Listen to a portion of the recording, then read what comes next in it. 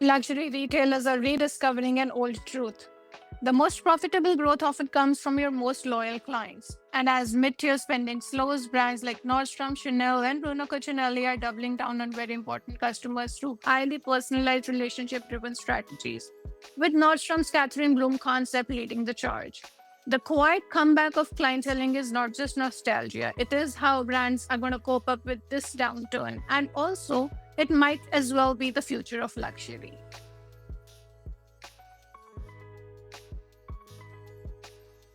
Hello everyone, welcome back to our channel and welcome back to this video. In this video, we wanted to share with you as to why clienteling isn't just a service, it is a strategy which is very important at this point of time for the luxury brands. Clienteling isn't new, but it's newly essential.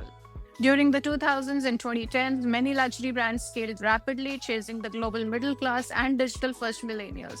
Boutiques morphed into busy flagship stores and experiential places, often designed more for social media than for serious shoppers. In the process, the art of high-touch, relationship-driven retail eroded. But today, the pendulum is swinging back. For the ultra-wealthy, luxury is no longer about visibility, it's about privacy and personalization. They don't want to shop where everybody else is shopping. They want curated access, thoughtful service, and environments that reflect their tastes and not mass trends.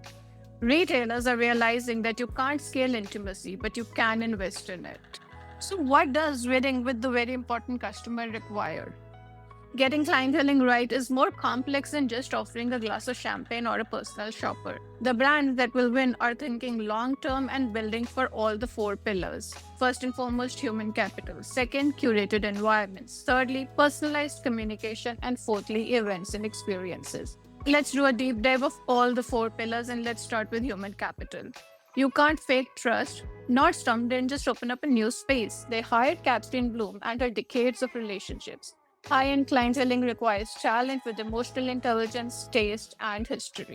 Secondly, the curated environments. Forget racks and rows. Today's very important customers, that is the VICs, expect a home-like setting wherein they can try on clothes in peace, talk to a stylist without pressure, and feel like the space belongs to them. Then we come on to the personalized communication. CRM tools and data aren't going to be the whole solution out here, but they do help. Knowing a client's preferences, past purchases, and life's milestones is what turns a sale into a relationship. And lastly, let's discuss the events and experiences. Top clients don't just want discounts, they want access from trunk shows to dinners to previews. Thoughtful events can drive more loyalty and more spend than any other loyalty program ever could. In closing, we would like to wrap this video by saying that the luxury playbook is evolving as digital saturation peaks and growth in the middle slows. Brands are finding that the future lies not in scaling wider, but in going deeper. Clienteling isn't just making a comeback, but it's becoming a core strategy all over again. That's all that we have for you in this video. Do stay tuned in for more. Thank you.